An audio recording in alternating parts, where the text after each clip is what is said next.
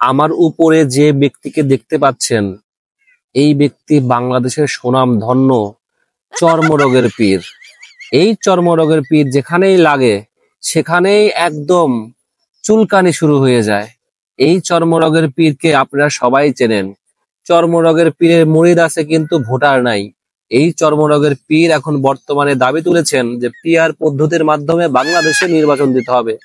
এটা হচ্ছে ভারতের কথা। ভারতের কথা তিনি গিলেছেন, সেই গিলানোর মাধ্যমে আমাদেরকে খাওয়ানোর চেষ্টা করা হচ্ছে। এই চর্মরোগের পীর, এই চর্মরোগের পীর থেকে শুরু করে যে মুরিদ গুলা আছে, অশিক্ষিত মূর্খ বর্বর গুলা, তারা কি করে? এই চর্মরোগের পীর ওয়াজ মাহফিলে গেলে গিয়ে তার বাপ মা 14 গোষ্ঠী কি করেছে সেই কথা তুলে ধরে। কোনোদিন আমি শুনিনি এই চর্মরোগের পীর কিভাবে আল্লাহ রাসূলের কথা বলতে হয়, এইগুলা তারা বলতে পারে না। এই চর্মরোগের পীরের কথা আমি বলতে চাই নাই, তাকে নিয়ে কথা বলার মতন রুচিটুকু আমার নেই। এই চর্মরোগের পীর যাদের কোনোদিন এই পর্যন্ত বাংলাদেশ পয়দা হওয়ার পর থেকে তারা একটা আসন পাইছে আমার মনে হয় না। চর্মরোগের পীর 2023 সালে বাংলাদেশের মানুষের সাথে দালালি কইরা, বাটপারি কইরা তিনি নির্বাচনে গিয়েছিল বরিশালে। যাওয়ার পরে তার নাক মোবারক, তার দাঁত মোবারক, তার থুতপা মোবারক ফাটানোর পরে তার জ্ঞান ফিরেছে। সে হাসিনার আমলে আর কোনো নির্বাচনে যাবেন না। এই চর্মরোগের পীর এখন নতুন দাবি তুলেছেন, তিনি পিআর পদ্ধতির মাধ্যমে নির্বাচনে যাবেন। এই চর্মরোগের যেসব মুরিদ গুলা আছে, আমি বলতে চাই, ভাই তোদের যদি এত হ্যাডাম থাকে তাহলে তোরা এই পিআর পদ্ধতির কথা আর বলতে আসিস না। তোদের মতো যারা অশিক্ষিত বর্বর মূর্খ আছে তারাই বলবে যে পিআর পদ্ধতি। বাংলাদেশে বর্তমানে এখন খুব শক্তিশালী একটা সরকার দরকার, যে সরকার হাসিনা এবং ভারত ইচ্ছা করলেই ভাঙতে পারবে না। এই পিআর পদ্ধতির মাধ্যমে যদি নির্বাচন করা হয় বাংলাদেশে, তাহলে দেখা যাবে যাদের ভোটার নাই, যাদের বাংলাদেশে কোনো ভোটও নাই, তারা 2-3টা আসন পেয়ে বসে আছে, 2-3টা সিট পেয়ে বসে আছে। দেখা যাচ্ছে যে বাংলাদেশের সংসদটা শক্তিশালী হবে না। এইসব আবাল মার্কা কথা বলে আমাদেরকে বোঝানো যাবে না।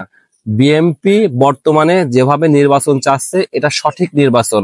একমাত্রই বিএনপি বাংলাদেশের জনগণের কথা ভাবে, বাংলাদেশের মানুষের কথা ভাবে, বাংলাদেশ নিয়ে ভাবে।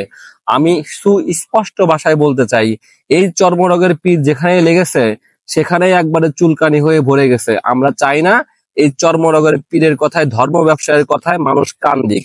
আমি একটা কথা বলতে চাই আমার পক্ষ থেকে, আমার গণতান্ত্রিক ভাষা থেকে আমি একজন সুনাগরিক হিসেবে বলতে চাই, এমন একটা সংস্কার আনা হোক যেই সংস্কারের মাধ্যমে পরবর্তী সময় যারা কোনো বাংলাদেশে আসন পাবে না তাদের নিবন্ধন বাদ দেওয়া হবে। এমন একটা সংস্কার বাংলাদেশে আনা হোক। পিআর পদ্ধতি আমরা চুষি না, আমাদের চুষার দরকার নাই। তোরা দলে জোট বাঁধবা নাকি মাথার খোপা বাঁধবা নাকি জুটি বাঁধবা, যা ইচ্ছা তাই বাঁধো, কোনো সমস্যা নাই। নির্বাচনে আসো, নির্বাচনে খেলা হবে। এইরকম এইরকম এই যে বাপ মার কথা শুই না মুরিদদের জান্নাতে যাওয়ানোর কথা এখনকার বাংলাদেশের জনগণ খাবে না। যে পীর ওয়াজে গিয়ে তার বাপের কথা বলে যে আমার বাপ অমুক করছে, আমার বাপ তমক করছে, আমার বাপ জাহাজে কইরা তোমাদের মুরিদদের বলে যে জাহাজে কইরা তোমাদের জান্নাতে নেবে, তাহলে চিন্তা করেন এই সব মূর্খ পীর গুলা কিভাবে তাদের মুরিদদের গিলায়। আমি শুধু একটা কথা বলতে চাই, যেই পীর বলে যে হাত পাখা মার খায় ভোট না দিলে সে জান্নাতে যাবে না, তাহলে কত বড় একটা শিরিক করে চিন্তা করে দেখেন। এই পীরের, অশিক্ষিত এই পীরের ক্ষণে ক্ষণে রূপ চেঞ্জ হয়। সো যারা পীরের মূর্খ মুরিদ গুলা আছেন তারা সাবধান হয়ে যান।